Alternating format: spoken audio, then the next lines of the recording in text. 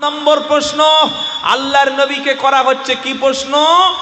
মেয়েদের মাসিক সম্পর্কে, মাসে মাসে যে অসুস্থতা সম্পর্কে, এই সম্পর্কে নবীকে প্রশ্ন করা হচ্ছে। কেন জানেন? এই আয়াতের শানে নুজুল হলো আল্লাহর নবী সাল্লাল্লাহু আলাইহি সাল্লামের জামানায় মদিনার ইহুদিরা, মদিনার মধ্যে যারা ইহুদি ছিল বা মুশরিক যারা ছিল, মায়েদেরকে আল্লাহ মাসে মাসে তাদের শরীর থেকে, জরায়ু থেকে একটা নাপাক রক্ত অতিবাহিত করে 3 দিন 5 দিন 7 দিন পর্যন্ত। আল্লাহ তাআলা তাদের একটা সিস্টেম করে দিয়েছে। নবী মদিনায় গিয়ে শুনল, মদিনার অমুসলিমরা তাদের স্ত্রী যখন শরীর খারাপ হতো, তারা স্ত্রীকে ঘর থেকে তাড়িয়ে দিত, উটের গাধার ঘোড়ার গোয়ালে তাদের বেঁধে রাখতো। স্ত্রীর হাতে স্বামী খেত না, কথা বলতো না, কাছে আসতে দিত না, ঘৃণা করে তাড়িয়ে দিত। এই বিষয়টা সাহাবারা বিশ্ব নবীর কাছে প্রশ্ন করলো। পারা নাম্বার 2, পৃষ্ঠা নাম্বার 14, লাইন নাম্বার 12, আয়াত নাম্বার 222 223, সূরা নাম বাকারা। কোরআন শোনাচ্ছে, ইয়াসআলুনাকা আনিল মাহিজ। হে আল্লাহর নবী, মেন সম্পর্কে, পিরিয়ড সম্পর্কে আপনার কাছে প্রশ্ন করা হলো। বলুন, ওই সময় একজন স্বামী যদি তার স্ত্রীর শরীর যদি নাপাক হয়ে যায়, কোন কোন কাজ করবে আর কোন কোন কাজ থেকে বিরত থাকবে? আল্লাহ বলছেন, নবী আপনি শরীয়তের ব্যাপারটা পরিষ্কার করে বলে দিন। 1 নম্বর হলো, যতদিন পর্যন্ত নাপাক থাকবে ততক্ষণ পর্যন্ত স্বামী তার স্ত্রীর সঙ্গে ফিজিক্যাল রিলেশন, সেক্সুয়াল ইন্টারকোর্স করবে না। 2 নম্বর হলো, মহিলাটা ততদিন নামাজ পড়বে না। 3 নম্বর, রমজান মাসে যদি এমন হয় সেই কয়েকটা দিন রোজা রাখবে না, পরবর্তী রোজা রেখে দেবে। 4 নম্বর হলো, ওই সময় কোরআন ছুঁইবে না, ওই সময় কোরআন পড়বে না। 5 নম্বর হলো, কাবা শরীফ তওয়াফ করবে না। এছাড়া যত ভালো কাজ আছে সবগুলি করবে, রান্না করবে, জামা কাপড় কাচবে, স্বামীর সঙ্গে বসে গল্প করবে। আম্মা জান আয়েশা সিদ্দিকা রাদিয়াল্লাহু তাআলা আনহা তিনি বলেছেন, আমার যখন শরীর খারাপ হতো আমি বিশ্ব নবীর উরুর উপরে, কোলের উপরে মাথা দিয়ে আমি শুয়ে থাকতাম, আর বিশ্ব নবীও তখনও কোরআন শরীফ তেলাওয়াত করত। আরবের সমাজ, মদিনার সমাজ, মুশরিকরা বলল, ওরে মহিলারা নাপাক অচ্যুত হয়ে গেলে ঘর থেকে তাড়িয়ে দে, বার করে দে, ওদেরকে ওই দুম্বা, বকরি, উট, ঘোড়া, গাধার গোয়ালে বেঁধে রাখ। আর ইসলাম এসে বলল, তার সঙ্গে শারীরিক সম্পর্ক ছাড়া একসঙ্গে খাবে, একসঙ্গে ঘুমাবে, একসঙ্গে থাকবে, খালি শারীরিক সম্পর্কটা ছাড়া সব করবে। বলুন সুবহানাল্লাহ। এটা ইসলাম অধিকার দিয়ে দিয়েছে। এ সময় যদি শারীরিক সম্পর্ক করে, কেন ইসলাম নিষেধ করেছে? ইসলাম যেটা করেছে মানবতার জন্য। মেডিকেল সায়েন্স অনুযায়ী ডাক্তাররা বলেন যে মায়েদের যখন এরকম সিচুয়েশন তৈরি হয়, পেটের মধ্যে তারা অসহ্য যন্ত্রণা ফিল করে। 2 নম্বর হলো, তাদের মেজাজটা খিটখিটে থাকে। 3 নম্বর হলো, মাথাটা ঘুরতে থাকে। 4 নম্বর হলো, মানসিকভাবে মহিলারা সেই সময় দুর্বল হয়ে পড়ে। ইসলাম বলছে তাই ওই কয়েকটা দিন নামাজ, রোজা, ইবাদতের মতো কঠিন কাজ থেকে আমি আল্লাহ তাদের ছুটির ব্যবস্থা করে দিয়েছি। বলুন সুবহানাল্লাহ। 2 নম্বর হলো, ওই সময় যদি কোনো পুরুষ শারীরিক মিলন করে মারাত্মক কঠিন রোগে আক্রান্ত হতে পারে। কেন? নারীদের জরায়ু থেকে যে রক্তটা, নাপাক রক্ত নির্গত হয়, এই সময় ইসলাম নিষিদ্ধ করেছে এই হারাম, এই কাজটি যদি তারা করে এইচআইভির মতো আরো কঠিন কঠিন বিভিন্ন রোগে আক্রান্ত হতে পারে। আল্লাহ বলছে, যখন সে পবিত্র হয়ে গেল তখন তুমি তার কাছে পবিত্র অবস্থায় এসো। এটাই হলো ইসলামের বিধান। ইসলাম তাই এই বিষয়টা ক্লিয়ার করে দিয়েছে। 5 নম্বর, নবী 6 নম্বর প্রশ্ন করা হচ্ছে, ইয়াসআলুনাকা আনির রূহু। 15 নম্বর পারা, 9 নম্বর পৃষ্ঠা, 9 নম্বর লাইনের 86 নম্বর আয়াত। রুহু সম্পর্কে নবীর কাছে প্রশ্ন করা হলো। আমরা যে বেঁচে থাকি আমাদের মধ্যে রুহু আছে তাই বাঁচি, আর রুহু না থাকলে কি হয়? রুহু না থাকলে কি হয় বলেন? মারা যায়। সকালবেলায় একসঙ্গে বসে চা খেলো, দুপুর 2টোর সময় বললো যে কুদ্দুস চাচা মারা গেছে। কি করে বললো? একটু আগে না আমরা বসে চা খেয়ে এসেছি, বিড়ি খেয়েছি একসঙ্গে। বললে ওটাই শেষ খাওয়া ছিল। তো এখন তার মধ্যে কি পরিবর্তন হয়েছে? চোখ ছিল, চোখ আছে, কান আছে, দেহ আছে, শরীরের রক্ত কমেনি, হার্ট আছে, সব কিছু আছে, খালি একটাই জিনিস নাই। ওটার নাম কি? বলছেন না কেন? রূহ, আত্মা। এই সম্পর্কে নবীর কাছে প্রশ্ন হচ্ছে, ইয়াসআলুনাকা আনির রূহ। নবী, তোমাকে রূহ সম্পর্কে প্রশ্ন করা হয়।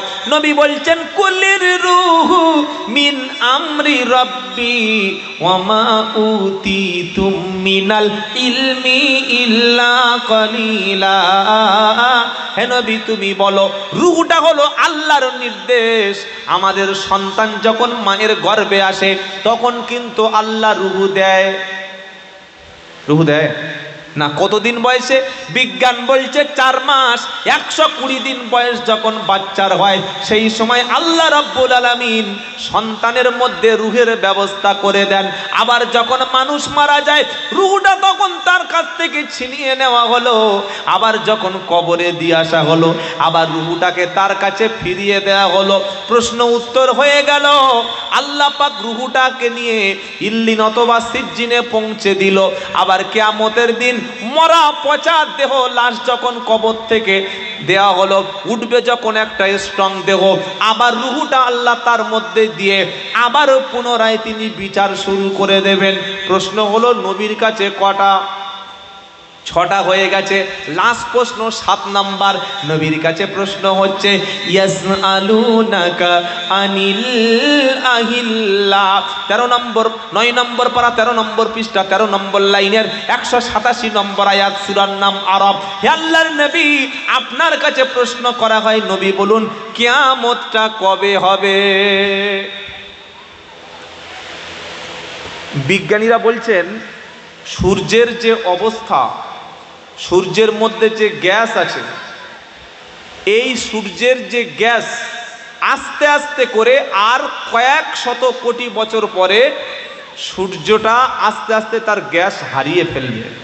সূর্য নিভে যাবে, সূর্যটা এক সময় নিষ্প্রভ হয়ে যাবে এবং পৃথিবীটা সেদিন ধ্বংস হবে। আমরা অনেকে মনে করি যে পৃথিবীর বয়স মনে হয় আরো কোটি কোটি কোটি কোটি বিলিয়ন বছর এখন পৃথিবী থাকবে। না ভাই, কিয়ামত একেবারে আমাদের সামনে। আল্লাহর নবী সাল্লাল্লাহু আলাইহি ওয়াসাল্লাম বলছেন, আমার আগমন পৃথিবীতে আর কিয়ামত একেবারে কাছাকাছি। নবী যে এসেছেন 570 খ্রিস্টাব্দে, নবী আসা হলো কিয়ামতের একটা নমুনা। শুনছেন আপনারা? কিয়ামতের পূর্বে মূর্খতার সংখ্যা বেড়ে যাবে।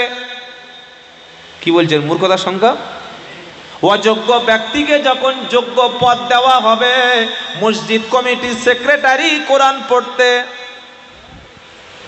ইমাম চলে গেছে ছুটিতে, নামাজ পড়ানোর জন্য মসজিদের সেক্রেটারি ক্যাশিয়ার এসে বসে আছে। এই সামনে যা না, এই তুমি যাও না। এ ওকে ঠেলছে, ও একে ঠেলছে, মসজিদের পদ নিয়ে বসে আছে, অথচ কোরআন জানে না। আছে না নাই? আমাদের এলাকায় একজন প্রধান সাহেব ছিল, তিনি এখন এক্স প্রধান, এখন আর নাই। নিজে হাতে তিনি সিগনেচারটুকু করতে পারে না, সই করতে পারে না। সে হলো এলাকার প্রধান। কি বলছেন আপনি? বলি হুজুর, মূর্খতার সংখ্যা বেড়েছে, এটা তো ভুল।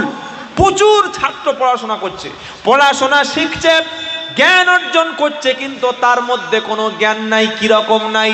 পড়াশোনা করার পরে মাতাল তৈরি হচ্ছে, পড়াশোনা করার পরে ধর্ষক তৈরি হচ্ছে, লেখাপড়া শিক্ষা করার পরে ইসলামিক জ্ঞান, দ্বীনের জ্ঞান, আল্লাহর জ্ঞান না থাকার কারণে এরকম মদের বোতলগুলো খাচ্ছে, পরের স্ত্রীকে নিয়ে দীঘায় গিয়ে সেখানে ছোট আন্ডার প্যান্ট পরে ঝাঁপ মারছে। দেখেন নাই? এই দেখো, দেখেন আপনারা, স্কুল মাস্টার ফেসবুকে দেখি ওই পোস্ট করছে, স্যার এটা কে? বললেও আমার এই স্কুলের কলিগ। কার বউ নিয়ে দিঘা গিয়ে ঝাঁপ দিচ্ছে নদীতে? এই শিক্ষা, এই শিক্ষা কি লাভ আছে? যে শিক্ষা মাতাল তৈরি করে, যে শিক্ষা জেনাখোর তৈরি করে, যে শিক্ষা জুয়াখোর তৈরি করে, ওটা তো শিক্ষা না। এই জন্য আমি প্রথমে শুনিয়েছি, তলাবুল ইলমি ফারিজাতুন আলা কুল্লি মুসলিম। প্রত্যেকটি মুসলমানের মধ্যে জ্ঞান চর্চা করা, ইলম অর্জন করা ফরজ আপনার ছেলে আপনার মেয়েটার মধ্যে দিনের শিক্ষা থাকবে। একদিকে মাধ্যমিক, উচ্চ মাধ্যমিক, গ্র্যাজুয়েশন, MA, ডবল MA পড়াশোনার সাথে সাথে যদি আল্লাহ এবং রসুল প্রদত্ত যে জ্ঞান, যে ইলম, যে কোরআনের নূর যদি তার মধ্যে থাকে, যদি না থাকে তাহলে ইন্নাল্লাযী লাইসা ফি জাওফিহি শাইয়্যুম মিনাল কুরআনি কাল বাইতিল খরিব, আমার সন্তানটা, আমার ছেলেটা, আমার মেয়েটার মধ্যে সব থাকবে কিন্তু আল্লাহর কোনো নূর থাকবে না, কোরআন থাকবে না, দিন থাকবে না। এর দ্বারায় যত রকমের অপরাধ সব থাকবে। এই বাসন্তী, বাসন্তী আমাদের 24 পরগনার একটা নাম করা জায়গা, নাম শুনেছেন? বাসন্তী, ভাঁড়, ভাঁড় শুনেছেন তো? 15 দিন আগে একজন ব্যক্তি তার বৌদির মানে ভাবির মুন্ডুটা কেটে, দা দিয়ে ছুরি দিয়ে কেটে আর মুন্ডুটা নিয়ে থানায় হাজির হয়েছে। আপনার খবরটা দেখেছিলেন কেউ? হ্যাঁ, এটা মানবতা, এটা মানুষ। এই হচ্ছে মানুষ, যে নিজের বৌদি, নিজের ভাবির মুন্ডুটা কেটে নিয়ে থানায় চলে যায়। আস্তে আস্তে কোন দিকে আমরা চলে যাচ্ছি? আমাদের দেশ কোন দিকে যাচ্ছে? আমাদের সমাজ কোন দিকে যাচ্ছে? আগে ছোটরা বড়দের দেখলে সম্মান করত, এখন ছোট ছেলেরা বড়দের সামনে বসে বসে সিগারেট টানছে, কথা বলার ক্ষমতা কারণ নাই। আগে গ্রামের যে কোনো মানুষ শাসন করতে পারত, এখন কিছু বললে এই তোমার বড় অধিকার কে দিয়েছে? এটা আমার পার্সোনাল ম্যাটার। কি সুন্দর বলছে, পার্সোনাল ম্যাটার। শাসন করার ক্ষমতা নাই। স্কুলের শিক্ষক তার হাতে চাবুক দেওয়ার ক্ষমতা নাই। একটা ছাত্র বেয়াদবি করলো, ভুল করলো, মারলে তার চাকরি চলে যাবে। পুলিশ অফিসার সে যদি সঠিকভাবে যদি আইনের শাসন করে, তারও পর্যন্ত চাকরি চলে যাবে। ইমাম সাহেব যদি মদের বিরুদ্ধে, সুদের বিরুদ্ধে, সমাজ বিরোধীর বিরুদ্ধে, অন্যায়ের বিরুদ্ধে কথা বলে, ইমামের চাকরি চলে যাবে।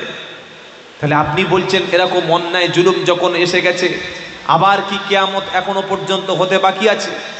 নবীকে প্রশ্ন করছে আবার দ্বিতীয় কোশ্চেন, ইয়াসআলুনাকা আনিশ শাহরিল হারামি কিতালিন ফি। হে আল্লাহর নবী, আপনাকে প্রশ্ন করা হয় যে নিষিদ্ধ মাসগুলি যুদ্ধ বিগ্রহ করা যাওয়া সম্পর্কে। বছরের মধ্যে 4টি মাসে যুদ্ধ বিগ্রহ হারাম, এই সম্পর্কে প্রশ্ন করা হয়। হে আল্লাহর নবী, আপনি উত্তর দিন। নবী বলছেন কুল কিতালুন ফিহি কাবীর, এই 4টে মাসের মধ্যে যুদ্ধ বিগ্রহ করা একেবারে পাপ। দুটো প্রশ্ন হয়ে গেল। এবার 3 নম্বর প্রশ্ন নবীর সাহাবারা করছেন। কারা? নবীর সাহাবারা। নবী বললেন তোমরা খরচ করো, ব্যয় করো, আল্লাহ আমাদের যে অর্থ দিয়েছেন এগুলো খরচ করতে হবে কি হবে না? আরে বলছেন না কেন? অনেকে মনে মনে করে খালি টাকা রেখে গেলাম কোটি কোটি লাখ লাখ টাকা ইনকাম করে, খেলাম না, দান করলাম না, কোনো কিছু ব্যয় করলাম না, অথচ এই টাকা সম্পদ কিয়ামতের দিন মুসিবতের কারণ হয়ে দাঁড়াবে। নবীর কাছে প্রশ্ন করা হলো। 2 নম্বর পারা 12 নম্বর পৃষ্ঠা 14 নম্বর লাইন 215 নম্বর আয়াত সূরার নাম বাকারা। ইয়াসআলুনাকা মা'দা ইনফিকুন। হে আল্লাহর নবী, আপনার কাছে প্রশ্ন করা হয় বান্দা যখন খরচ করবে, আমরা যখন অর্থ সম্পদ ব্যয় করব, আমরা কোন কোন জায়গায় কার পিছনে ব্যয় করব? আমাদের টাকা, আমাদের সম্পদ, আমাদের অর্থ যখন খরচ করব, মাজারে করব না পীরের পিছনে করব না ইমাম সাহেবের পিছনে করব, নাকি মসজিদে আগে দেব না মাদ্রাসায় আগে দেব, আগে ফকিরকে দেব, মিসকিনকে দেব, দুস্থকে দেব, ক্লাবে চাঁদা দেব, আমরা একটা ফাংশনের জন্য চাঁদা দেব, 1 জানুয়ারিতে পাড়ার ছেলেরা ডিজে বক্স বাজাবে, কিংবা ঈদের উপলক্ষে করে ঈদ মিলনের নামে পাড়ার ছেলেরা চাঁদা তুলে ডিজে বক্স এনে বাঁদরের মতো লাফাবে। আরে শুনছেন আপনারা? হ্যাঁ, আমাদের 24 পরগনায়, হাওড়া জেলায়, হাওড়া অবাক হয়ে যাবেন। সাঁতরাগাছিটা পার হয়ে এসে ওই যেটা মুম্বাই রোড, অবাক হয়ে যায়।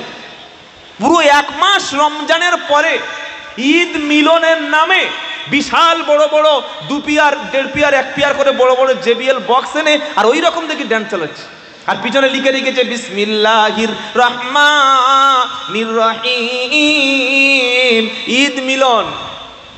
হ্যাঁ, আর পিছনে ড্যান্স। মানে মদ খাবে তা গোপটা একটু এরকম করে খাচ্ছে। গোপ তুলে খাচ্ছে। আর এই বাম হাত দিয়ে তো খাওয়া লা তা কোনো সীমাল, নবী বলেছে বাম হাতে খেও না, পান করো না। তো মদটা বাঁ হাতে নিয়ে আর ডান হাতে তোলায় এরকম সুন্নাত তৈরি করে খাচ্ছে। একজন বলল, কিরে ভাই এটা কি কোল্ড ড্রিঙ্কস, জুস, রুয়াবজা, মাজা, ফ্রুটি, ফান্টা কি খাচ্ছিস? বলছে না, মাল খাচ্ছি। তো বললে, মাল যখন খাচ্ছি বাম হাত দিয়ে পান করছিস আর তলায় এরকম হাত দিয়ে ধরে রেখেছিস কেন? বললে, বাঁ হাতে শয়তান খায়, নবী বাঁ হাতে খেতে মানা করেছে। ঠিকই। ঈদ মিলনের সঙ্গে ড্যান্সের, গান বাজনার কিসের সম্পর্ক? মুসলিম এলাকায় ঢুকলে যেটা পাওয়া যাবে, প্রত্যেকটা মুসলিম মুসলমানের মধ্যে দেখা হলে সালাম, মাথায় টুপি, মুখে সুন্দর দাড়ি, কথাবার্তা ভালো হবে, মুখে গুটকা, পান, জর্দা, তেরেঙ্গা, শেখর, বিড়ি এগুলো থাকবে কেন? এটা মুসলিম এলাকায় যান, মসজিদের টয়লেটে গিয়ে খাচ্ছে আর সেখানে ফুচফুচ ফুচফুচ করে ওই গুটকা ফেলছে। আস্তাগফিরুল্লাহ। মসজিদে নামাজ পড়তে ঢুকছে, বিড়ি টানতে টানতে তাকবীর দিচ্ছে, আল্লাহু আকবার, আল্লাহু আকবার, আল্লাহু আকবার। এটা কোন একই চরিত্র মধ্যে? ইসলাম শিখিয়েছে না নবী, পবিত্রতা ইসলামের ইমানের অঙ্গ। পবিত্রতা হচ্ছে ইমানের একটা অঙ্গ, লজ্জাশীলতা ইমানের অঙ্গ। আর একটা জিনিস, কোনো মুসলমান কোনোদিন অমুসলিম দূরের কথা, কোনো মুসলিম দূরের কথা, নিজের প্রতিবেশীর প্রতি মুসলমান সবসময় ভালো আচরণ করে। আপনার প্রতিবেশী যদি আপনার উপরে জুলুমও করে, জালিমও হয়, তার সঙ্গে আপনি মাজলুম হিসাবে জালিমের ভূমিকা পালন না করে আপনি তার সঙ্গে ভালো ব্যবহারটাই করবেন। এটাই ইসলাম চায়। আর আমরা মানুষের ক্ষতি করার জন্য ব্যস্ত আছি। তো যাই হোক, চলুন, যেটা বলছিলাম, নবীর কাছে প্রশ্ন হলো যে আমরা যখন খরচ করব, কোথায় কোথায় খরচ করব? কোরআন উত্তর দিচ্ছে, জিবরাইল চলে এসছে, এসে বলছে, কুল মা আনফাকতুম মিন খায়রিন ফালিল ওয়ালিদাইনি ওয়াল আকরাবিন ওয়াল ইয়াতামা ওয়াল মাসাকিন ওয়াবনিস সাবিল। হে আল্লাহর নবী, আপনি আপনার উম্মতকে বলুন, আপনার উম্মতেরা তারা যখন ব্যয় করবে, তারা যখন খরচ করবে তাদের অর্থ, তাদের সম্পদ, আমি আল্লাহ কোরআনুল কারীমের মধ্যে টাকা সম্পদ ব্যয় করার জন্য একটা লিস্ট করে দিয়েছি। লিস্ট করেছেন কে? জোরে বলেন। পঞ্চায়েত থেকে ঘর আসে, ঘরের লিস্ট একটা পঞ্চায়েত অফিসারের কাছে আছে, পার্টির নেতাদের কাছে আসে, এই এই ব্যক্তির নামে ঘর আসে। তবে জানি না আপনাদের বর্ধমানের কি অবস্থা, আমাদের 24 পরগনায় এখনো প্রচুর মাটির ঘর আছে। বলে, কই ভাই আমাদের ঘর আসেনি? বলে, এসছিল, কেটে গেছে, নাম কেটে গেছে। হ্যাঁ, রাস্তা, মুসলিম এলাকা রাস্তা খারাপ। কি শুনছেন আপনারা? পশ্চিমবাংলা আল্লাহ আমাকে প্রত্যেকটা জেলায় কম বেশি নিয়ে গেছে, আসাম, ত্রিপুরা, উড়িষ্যা, অনেক জায়গায় আমি আল্লাহ নিয়ে গেছেন, আলহামদুলিল্লাহ। কিন্তু মুসলিম এলাকায় ঢুকলেই রোডের অবস্থাটা খুব খারাপ। কেন? সরকার হিন্দুদের এলাকায় টাকা দিচ্ছে, খ্রিস্টান এলাকায় টাকা দিচ্ছে, নিচু শ্রেণীর দলিত যারা সেখানে টাকা দিচ্ছে, আবার মুসলিম কমিউনিটি সেখানেও টাকা দিচ্ছে। তাহলে মুসলিম এলাকার ঘরবাড়িগুলো, রাস্তাঘাটগুলো কেন উন্নয়ন হয়নি? তার মানে আমাদের মধ্যে চোর এখনো, আরে বলছেন না কেন? মসজিদে চোর আছে, আপনি বাইরে কি বলবেন? জুতো রেখেছেন, ভালো জুতো, নামাজ পড়ে মাল নাই। হ্যাঁ, 5 বছর মসজিদের ক্যাশিয়ার, হিসাব চাইছে, হিসাব দিতে পারছে না। তা আমাদের চরিত্র তো পরিবর্তন। দাড়ি বেড়েছে, টুপি বেড়েছে, পাঞ্জাবি বেড়েছে, কিন্তু চরিত্রের কোনো সংশোধন হয়নি। এই টুপি, এই দাড়ি, এই পাঞ্জাবি, এই হজ দিয়ে কি করবেন যদি আপনি জনগণের সম্পত্তি চুরি করেন? আল্লাহর কাছে জবাব দিতে হবে, আর কিয়ামতের দিন জনগণের কাছে হিসাব দিতে হবে। তো নবী বলছে, বলো তোমরা যখন অর্থ সম্পদ ব্যয় করবে, কুল মা আনফাকতুম মিন খায়রিন ফালিল ওয়ালিদাইনি ওয়াল আকরাবিন। হে নবী, আমি আল্লাহ লিস্ট দিয়ে দিয়েছি, যখন তোমার উম্মত, আমার বান্দা, তারা যখন অর্থ সম্পদ ব্যয় করবে, আগে যেন তাদের আব্বা আম্মার পিছনে অর্থ ব্যয় করে। নারায়ে তাকবীর। মুসলমানের মা, মুসলমানের বৃদ্ধ পিতা হাত পেতে ভিক্ষা করবে, এর চাইতে লজ্জা সমাজের জন্য কি হতে পারে? যে মায়ের পেটে 4টে সন্তানের জায়গা হলো, যে মায়ের পেটে 5টা সন্তানের জায়গা হলো, ওই সন্তানের ঘরের এক কোণে একটা ছোট্ট রুমে মায়ের জায়গা হয় না। এর চাইতে দুঃখ মুসলমানদের জন্য আর কিছু হতে পারে না। আপনি বড় ছেলে, আপনি মেজো ছেলে, আল্লাহ আপনাকে 2 পয়সা ইনকাম করার ক্ষমতা দিয়েছে। যখন ভালো কিছু খাওয়ানোর মন চাইবে, ভালো কিছু টাকা কিছু কাউকে আপনার গিফট দিতে মন চাইবে, কোরআন বলছে আগে আব্বা এবং আম্মারও পিছনে তুমি অর্থ সম্পদ খরচ করো। ওরে বাপমার পিছনে খরচটা খরচ না, বাপমার পিছনে খরচটা হলো সৌভাগ্যের বিষয়। সুবহানাল্লাহ পাঠ করেন। কত মুসলমান আছে বাপমার খবরটুকু নেয় না। এরকম যেন চরিত্র আমাদের মধ্যে না থাকে। কারণ সবচাইতে দোয়া যার কাছে গেলে আগে কবুল হয় তিনি মা, তিনি বাপ। সুবহানাল্লাহ বলবেন না? নবী বলেছেন সালাসু দাওয়াতুন মুস্তাজাবাত লা শাক্কু ফিহিন্না, 3 ব্যক্তির দোয়া আল্লাহর দরবারে 100% কবুল হবে। 1 নম্বর হলো পিতামাতার দোয়া সন্তানের জন্য কবুল হবে।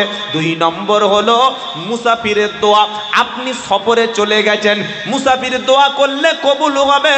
3 নম্বর হলো মাজলুম, ভিকটিম ব্যক্তি, অত্যাচারিত ব্যক্তি, আল্লাহর কাছে দোয়া করলে আমার আল্লাহ ওই দোয়াটা কবুল করে থাকে। তাই দোয়া যখন নেব বড় পীর সাহেবের, বড় মুফতি সাহেবের, হুজুর সাহেবের কাছে না, আগে দোয়া নেব আব্বা এবং আম্মা।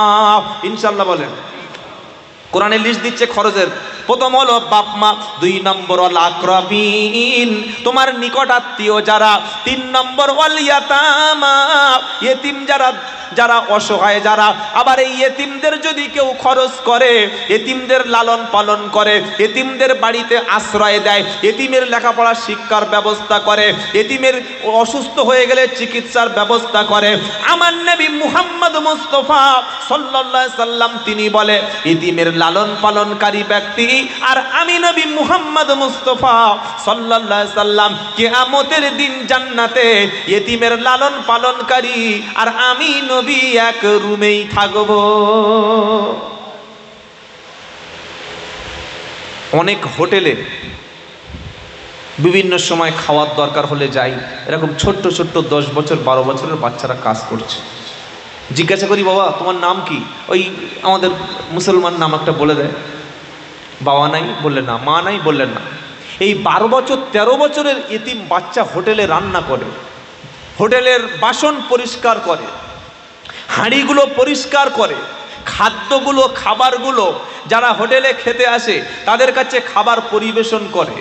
এই যে ছেলেটা শিক্ষা থেকে বঞ্চিত হলো না, এই যে ছেলেটা সামাজিকভাবে তার বয়স হওয়ার আগে তাকে কঠিন একটা পরিশ্রমে তাকে খাটিয়ানো হলো, তাকে পরিশ্রম করতে দেওয়া হলো, এই সন্তানটার জন্য আমাদের মুসলিম সমাজের কি দেখার দরকার ছিল না যে আমরা জাকাতের টাকা, কুরবানির টাকা, ফিতরার টাকা, সদকার টাকা, আমাদের ধানের ওসরের টাকা, এই রকম ইতিম বাচ্চাকে আমরা লালন পালন করি? এই চিন্তা মুসলমান সমাজের করার দরকার ছিল কি ছিল না? হ্যাঁ না বলে না? ছিল। কেউ এই চিন্তা করেছে? হ্যাঁ করেছে। কারা? ওলামায়ে কেরাম। আজকের মাদ্রাসা আছে বলে বিশ্বের মধ্যে আমাদের ভারতবর্ষের মিডিয়াগুলি এরা সব সময় নিরপেক্ষ না থেকে সাম্প্রদায়িক খবরগুলো তারা প্রকাশ করে। মাদ্রাসায় জঙ্গি তৈরি হয়, মাদ্রাসায় সন্ত্রাসী তৈরি হয়, মাদ্রাসায় টুপি দাড়ি পরে তারা অস্ত্রের ট্রেনিং নেয়, এই কথাগুলো বলে বলে এমনভাবে একটা মিথ তৈরি করে ফেলেছে, এমনভাবে ন্যারেটিভটা তৈরি করে ফেলেছে, দাড়ি টুপি পাঞ্জাবি দেখলেই মনে হয় এই একটা লাদেন যাচ্ছে, এই একটা তালিবান যাচ্ছে, এই একটা জঙ্গি যাচ্ছে, এই একটা সন্ত্রাসী যাচ্ছে। না ভাই, আজকের মাদ্রাসাগুলি আছে বলে হাজার হাজার এতিম, হাজার হাজার দুস্থ, হাজার হাজার অসহায় বাচ্চাগুলি দিন শিখছে, ইসলাম শিখছে এবং জেনারেল শিক্ষায় শিক্ষিত হয়ে আজকের ইসলামটাকে, দিনটাকে, এই মাদ্রাসা আছে বলে দিন টিকে আছে। তবে ভারতবর্ষের পার্লামেন্টে ওয়াকাফের যে আইন পাশ হয়ে গেছে, আমাদের মসজিদ, আমাদের মাদ্রাসা, আমাদের ঈদগাহ, আমাদের কবরস্থানগুলি বেদখল করার জন্য যে আইন পাশ করেছে, আমরা জমিয়াত উলামা হিন সহ সমস্ত ওলামায়ে কেরাম ভারতবর্ষের বিভিন্ন স্টেটে বিভিন্ন ডিস্ট্রিক্টে যেভাবে গণতান্ত্রিক পদ্ধতিতে বিভিন্ন সময় আন্দোলন করছে, এই ওয়াকাফের বিরুদ্ধে আন্দোলন জারি থাকবে বলি ইনশাআল্লাহ, বলি ইনশাআল্লাহ। অনেকে ওয়াকাফ আইন নিয়ে মুসলমান মাথা ঘামায় না, মনে করে ও একদিন ঠিক হয়ে যাবে। না ভাই, মসজিদ যদি চলে যায় আপনি নামাজ পড়ার অধিকার হারাবেন। আপনার মাদ্রাসা যদি চলে যায় আর সেখানে দ্বীন ইসলাম শিক্ষার অধিকার হারিয়ে ফেলবেন। কবরস্থান যদি বেদখল হয়ে যায়, এবং ইউপিতে উত্তরপ্রদেশে শত শত বিঘা কবরস্থানগুলো তারা দখল করে নিচ্ছে। কবরস্থান ঈদগাহ যদি দখল হয়ে যায়, আপনি মরণের পরে ওই লাশটাকে পুড়িয়ে দেওয়া ছাড়া আর কবরে দাফন করার কোনো অধিকার আপনার থাকবে না। তাই আমরা ভারতবাসী, আমরা এদেশের দেশপ্রেমিক মুসলিম, আমরা এই ওয়াকাফ আইনকে মানি না, বরং প্রত্যেকটা মুসলমান যতদিন পর্যন্ত এই ওয়াকাফ আইন তারা না উইথড্র করে নেবে, আইনকে বাতিল না করবে, গণতান্ত্রিক পদ্ধতিতে ওলামাদের নেতৃত্বে আন্দোলন আমরা করব। সকলে বলি ইনশাআল্লাহ, বলি ইনশাআল্লাহ। তাই এতিম মিসকিন দুস্থ যদি কোনো পাড়ায় থাকে, তাদের খাবার, চিকিৎসা, দেখাশোনা, তাদের দায় দায়িত্বটা যদি আপনি গ্রহণ করতে পারেন, আল্লাহর নবী সাল্লাল্লাহু আলাইহি ওয়াসাল্লাম বলেছেন ওই এতিমের লালন পালনকারী ব্যক্তি আর আমি মুহাম্মদ সাল্লাল্লাহু আলাইহি ওয়াসাল্লাম জান্নাতে একই সঙ্গে থাকবো। একবার জোরে হবে না সুবহানাল্লাহ, নারায়ে তাকবীর। তাহলে নবী প্রশ্ন উত্তর দিয়ে দিলেন দান সম্পর্কে। এবার 4 নম্বর প্রশ্ন নবীকে হচ্ছে কি সম্পর্কে? ইয়াসআলুনাকা আনিল খামরি ওয়াল মাইসির কুল ফীহিমা ইসমুন কাবীর ওয়া মানাফিউ লিন-নাস। 2 নম্বর পারা 13 নম্বর পৃষ্ঠা 12 নম্বর লাইনে 219 নম্বর আয়াত সূরা বাকারা। হে আল্লাহর নবী, আপনাকে মদ এবং জুয়া এই সম্পর্কে প্রশ্ন করা হয়, আপনি বলুন এই যে মদ আর জুয়া এটা সমাজের জন্য কতটা ভালো এবং খারাপ? পানির ব্যবস্থা আচ্ছা, এটা হালকা গরম আছে, গরম জল দিলে হবে। আচ্ছা, আপনাদের এলাকায় এই আপনাদের কোন থানা এটা? বাতার থানা। এ থানার মধ্যে কোনো মদের ওই দোকান আছে তো, লাইসেন্স প্রাপ্ত মদ? হ্যাঁ আছে। এই যে মদ সরকার বিক্রি করে, আপনারা কি জানেন সরকারের সবচাইতে বড় প্রফিট বর্তমানে কিসে? অনেকে জানেন না। মদ সবচাইতে বেশি সোর্স অফ ইনকাম হলো সরকারের মদ দিয়ে, মদ বিক্রি করে। আর আগের চেয়ে এখন মদের দাম একটু বেড়ে গেছে। হ্যাঁ, 50 টাকার মালটা, যারা মালটাল খায় ওরা মাঝে মাঝে বলে এখন 70 টাকা, একটু কিনতে খরচ বেশি হয়। 100 টাকার মাল 150 টাকা। এই যে মদের দোকান বাড়লো এবং দেখে দেখে বেচে বেচে গ্রাম্য এলাকার মধ্যে, রুরাল এলাকার মধ্যে সমাজের ছেলেদেরকে মাতাল বানানোর জন্য সরকার যে ষড়যন্ত্র করে মদের লাইসেন্সগুলো দিচ্ছে, এটার পিছনে যে মহান একটা উদ্দেশ্য নিয়ে তারা কাজ করছে, এটা ভেবেছেন কোনোদিন? বলে হুজুর মদের বিক্রি করছে, আপনি বলছেন কেন? এতে কি লাভ আছে আপনার বলে? আমি বললে তো এমনি লোক দুশ্মন হবে, মাতাল্লা আমার কি দোয়া করবে আমার জন্যে? যারা মালটাল খায় তারা আমার জন্য দোয়া করবে, তাই তো নাকি? যত বেশি মদ বিক্রি হবে তত বেশি সমাজে মাতাল বাড়বে, যত বেশি মাতাল বাড়বে সমাজে তত রোড অ্যাক্সিডেন্ট বাড়বে, যত মদের বোতল বেশি বিক্রি হবে তত মানুষ সরকারের দুর্নীতি নিয়ে প্রশ্ন করা থেকে বিরত থাকবে, যত মাতাল বেশি বাড়বে ক্যান্সারের সংখ্যা বাড়বে, মাতাল যত বাড়বে ধর্ষক তত সমাজে বাড়বে। একটা সমাজে যদি 20% ছাত্র সমাজ, যুবক সমাজ তারা যদি মদের বোতল ধরে, তারা যদি মাল খায়, এই যুবকদের দ্বারাই তো রাষ্ট্র পরিচালনা হয়, যুবকদের দ্বারাই তো সমাজ পরিচালনা হয়। তাই সরকার প্ল্যান করে মদের দাম কমিয়ে মাঝে মাঝে বাড়িয়ে দিয়ে প্রত্যেকটি গ্রামে গ্রামে মদের দোকান খুলে তারা সমাজের যুবক সমাজকে ধ্বংস করে দিতে চায়। কারণ মদ খাওয়ার পরে সমাজে 3টে অপকার আছে। 1 নম্বর হলো শারীরিকভাবে আপনার ব্রেনের মধ্যে একটা অংশ আছে, যে অংশের কাজ হচ্ছে মানুষের উদ্দীপনায় সাড়া দেওয়া। কিরকম? যেমন আমার নাম হলো মোহাম্মদ আব্দুল্লাহ জুবাইর শেখ। ধরুন আমার খুব জোরে টয়লেট পেয়েছে, মানে পেশাব লেগেছে, একটু হিসু করতে হবে, আমি এখানে বসে করবো তো? কথা বলছেন না? কোথায় যেতে হবে? টয়লেটে। কিন্তু মদ খাওয়ার ফলে ব্রেনের স্মৃতিটা এমন নষ্ট করে দেয়, তখন এই জায়গাটা মনে হবে যেন এটা একটা টয়লেট। তখন টয়লেট কি আর মনস কি, কিবলা কোন দিক, এটা বাদ বিচার করে না। তখন ব্রেনের ওই অংশটা যখন ঘুমিয়ে পড়ে, তখন যে কোনো জায়গায় পেশাব করে দিতে পারে। হ্যাঁ, যারা মাতাল তারা দেখবেন নিজের বউকে সে মাঝে মাঝে মাও বলে ফেলে। হ্যাঁ, ধর্ষণ তারা নিজের বোনকেও করে ফেলে, রাস্তার মেয়েকে ধরে টানাটানি করে। কেন করে? যারা প্রতিনিয়ত এই অ্যালকোহল মদগুলো পান করে, তাদের ব্রেনের ওই স্মৃতিশক্তির অংশটা লোপ পেয়ে যায়। তাই মাতালদের কোনো সেন্স কাজ করে না। 2 নম্বর হলো, আপনার শরীরে সবচাইতে গুরুত্বপূর্ণ অংশের নাম হচ্ছে হার্ট, হৃৎপিণ্ড। যেটা আছে বলে আপনি বেঁচে আছেন, যেটা ফেলিওর হলে, যেটা অ্যাটাক হলে আপনি মারা যাবেন। ওই মদের সাইড এফেক্ট হলো হার্টকে যে কোনো মুহূর্তে অ্যাটাক করে দেওয়া অথবা স্ট্রোক করে দেওয়া। এই যে মানুষ স্ট্রোক হয় না, এটা মদের সাইড এফেক্ট। 3 নম্বর হলো, মদের সবচাইতে বড় ক্ষতি আপনার লিভার ফাংশনকে ডিঅ্যাক্টিভেটেড করে দেয়, লিভার ফাংশনকে ফেল করে দেয়। মানে আপনার শরীর থাকবে, বাইরে চামড়া থাকবে, গোশত থাকবে, চোখ থাকবে, কান থাকবে, ভিতরে আর কোনো পার্টস কাজ হবে না। তাই 1400 বছর আগে ইসলাম হারাম করে দিয়েছে, রাষ্ট্রীয়ভাবে মদ নিষিদ্ধ করেছে। মদিনায় নবী যাওয়ার পরে মদিনায় মুসলমানদের মধ্যে প্রচুর মুসলমান মদ খেত। প্রথমে মদের আয়াত নবীর সামনে আলোচনা হলো, সাহাবারা প্রশ্ন করলো, ইয়াসআলুনাকা আনিল খামরি ওয়াল মাইসির, হে নবী আপনি বলুন মদ এবং জুয়া সম্পর্কে। আপনাকে যখন প্রশ্ন করা হলো, নবীজি চুপচাপ আছেন, কোনো রেসপন্স করছে না। জিবরাইল এসে বলল, কুল ফিহিমা ইসমুন কাবীর, হে নবী আপনি বলুন মদ এবং জুয়া এ দুটি হলো কঠিন পাপ, এ দুটি হলো কঠিন পাপ। এই আয়াত যখন নাজিল হলো, সমাজের 30% মুসলমান মদকে আর জুয়াকে, জুয়া বোঝেন তো, লটারির টিকিট আপনাদের এলাকায় মনে হয় এখনো পৌঁছায়নি, যেটা ডিয়ার লটারি আছে, কি গো মুসলমানের ছেলেরা, এই হাত দিয়ে লটারির টিকিট কাটো, আবার এই হাত দিয়ে তুমি দোয়া করো, আল্লাহ আমার রুজিতে বরকত দাও, আমার ছেলেকে সুস্থ করো, আমার দোকানে ইনকাম দাও, আমার মেয়েটাকে তুমি জীবিত রাখো, আমার স্ত্রীকে বিপদ মুক্ত করো, আমার টাকাতে তুমি বরকত দান করো। কিয়ামতের দিন বিশ্ব নবী যখন কৌসারের পানি উম্মতকে পান করাবে, যে হাত দিয়ে তুমি লটারির টিকিট কেটেছো, যে হাত দিয়ে তুমি জুয়া খেলেছো মুসলমান, সেই হাতে বিশ্ব নবীর কাছে কিভাবে তুমি কৌসারের পানি চাইবে বলো?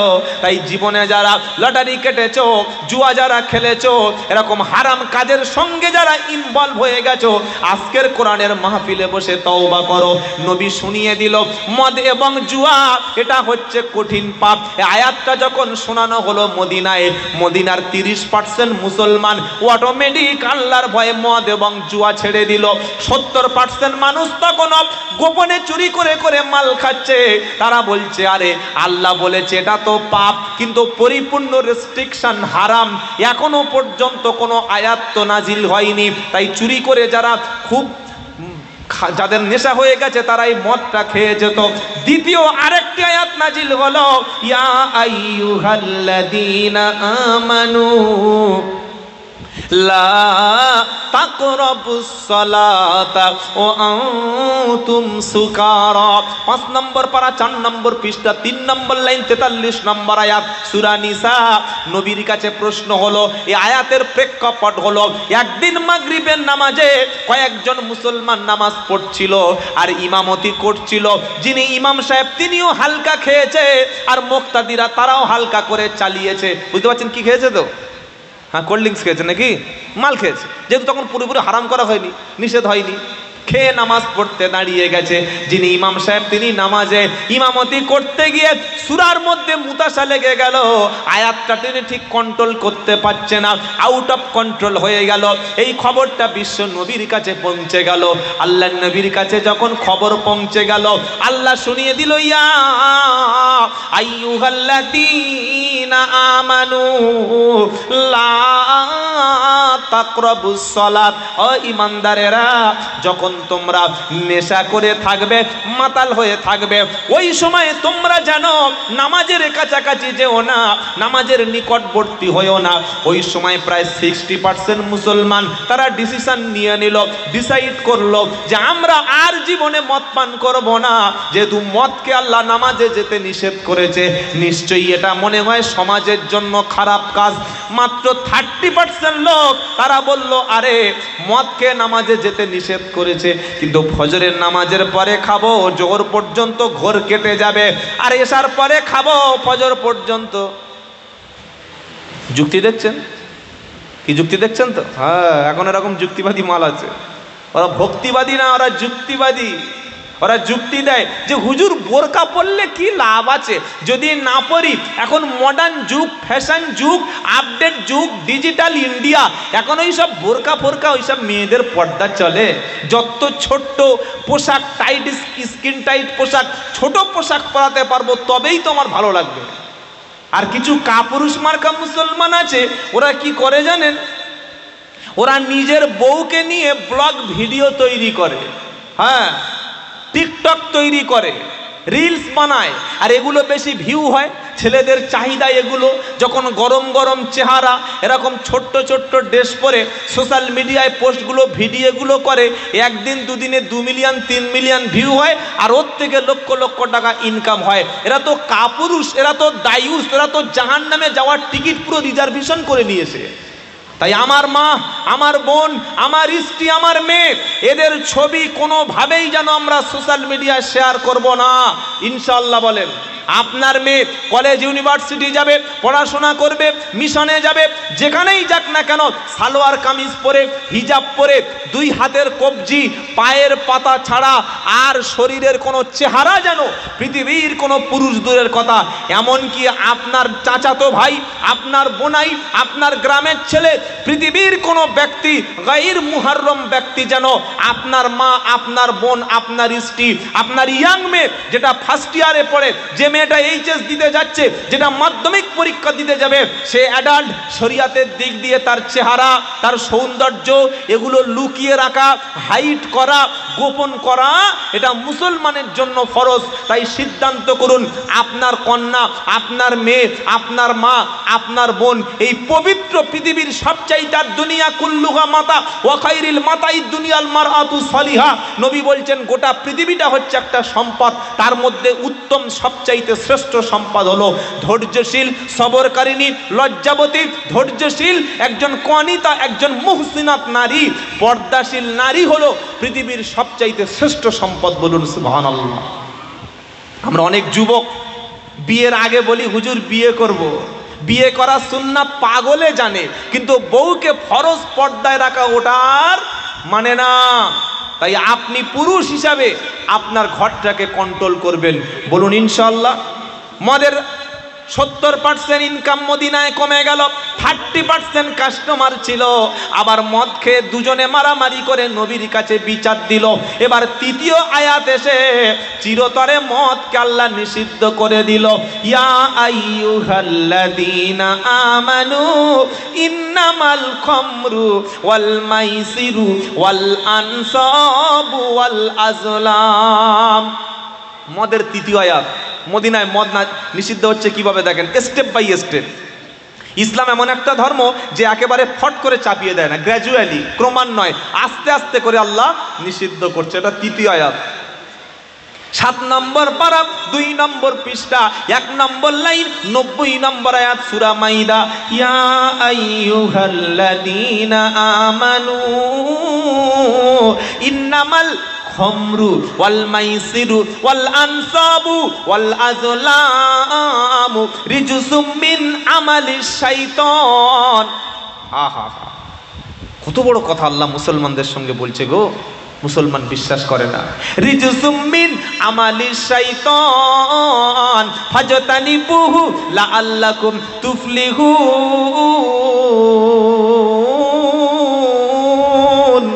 আল্লাহ কি বলছেন? ও ইমানদারেরা, নিশ্চয়ই মদ এবং জুয়া এগুলি হলো শয়তানের কাজ। কিসের কাজ? যারা মদ তৈরি করে, যারা তৈরিতে সাহায্য করে, যারা এটার লাভ ভোগ করে, যারা এটা বিক্রি করে, যারা এটা খরিদ করে, যারা এর লাভাংশ গ্রহণ করে, যারা মদের ব্যবসার প্রসারতা করে, আল্লাহর নবী বলল এরকম 10 শ্রেণীর ব্যক্তির উপরে আল্লাহ রসুলের লানত। কথা শুনছেন আপনারা? আচ্ছা, আমরা তো নামাজ পড়ি, টুপি মাথায় দিয়ে বসে আছি, আমার ছেলে যে মদ খায় না এটা আমি তো জানতে পারবো না। কেন? আপনার সন্তান যাদের সঙ্গে মিশছে, যাদের কাছে বসছে, যাদের কাছে যাচ্ছে, যদি ওই ফ্রেন্ড সার্কেলের মধ্যে, ওই বন্ধু বান্ধবদের মধ্যে যদি মাতাল থাকে, আমি আব্দুল্লাহ জুবায়ের আপনার পায়ে দুটো ধরে বলে যাচ্ছি, আপনার সন্তান আগামীতে মাতাল হবে, মদখোর তৈরি হবে, জুয়াখোর তৈরি হবে, নেশা করবে, গাঁজাখোর তৈরি হবে। এরকম জাহান্নামী সন্তানকে বাঁচানোর জন্যে নামাজি, পরেশগার, শিক্ষিত বন্ধু বান্ধবদের সাথে আমাদের সন্তানেরা যেন থাকে। এরকম মদখোর, এরকম সমাজ বিরোধী বন্ধু বান্ধবদের সঙ্গে আমাদের সন্তানকে মিশতে দেব না ইনশাআল্লাহ। বলে মদের আয়াত নাজিল হয়ে গেল, যেটা চিরতরে হারাম। মদিনার সমস্ত মুসলমান মদ নিষিদ্ধ সব ভেঙে ফেললো, মদ ছড়িয়ে দিল। তবে বড় আফসোস লাগে মুসলমানের ছেলেরা এই নেশার সঙ্গে যুক্ত আছে। তবে এই বক্তব্যটা মনে হয় আজকের এখানে না করলে হতো, যেহেতু কিন্তু মদখোরই নাই। কি গো? হ্যাঁ, তবে এখন মদ খেরোর চাইতে গাঁজাখোরের সংখ্যাটা আবার বেশি। গাঁজাখোর বোঝেন? বোঝেন না? ছোট্ট ছোট্ট বাচ্চা গোপটে নাই মাল দেখি গাঁজা টানছে বাঁশ বাগানে বসে। কি ব্যাপার? বললে হুজুর একটু নেশার জিনিস খাচ্ছি, অসুবিধা কি? শুনে রাখো মুসলমান, যে যতটুকু মাল খাবে, যে যতটুকু নেশা করবে, কিয়ামতের দিন আল্লাহ জাহান্নামের মধ্যে রক্ত আর পুঁজ ততটুকু খেতে দেবে। দুনিয়ায় যদি 1 লিটার খান, আখেরাতে রক্ত পুঁজ খেতে দেবে কতটা? 1 লিটার। 5 লিটার যদি মাল খান, গাঁজা খান, আখেরাতে ঠিক ততটুকু নেশার পরিমাণে আগুনের মধ্যে রক্ত আর পুঁজু খেতে দেবে। সেদিন বললে হবে না রব্বানা, আমি তো এসব অপরাধ করি নাই। আল্লাহ বলছে দুনিয়াতে আমি তোমাদেরকে এগুলো হারাম বলে নিষিদ্ধ করে দিয়েছিলাম। আল্লাহ আমাদের সমাজকে হেফাজত করুক। সকলে বলুন আল্লাহুম্মা আমিন। সকলে বলি আল্লাহুম্মা আমিন। নবীর কাছে প্রশ্ন হলো, 5 নম্বর প্রশ্ন হলো, তাহলে মদ নিষিদ্ধ হয়ে গেল আয়াতের দ্বারায়।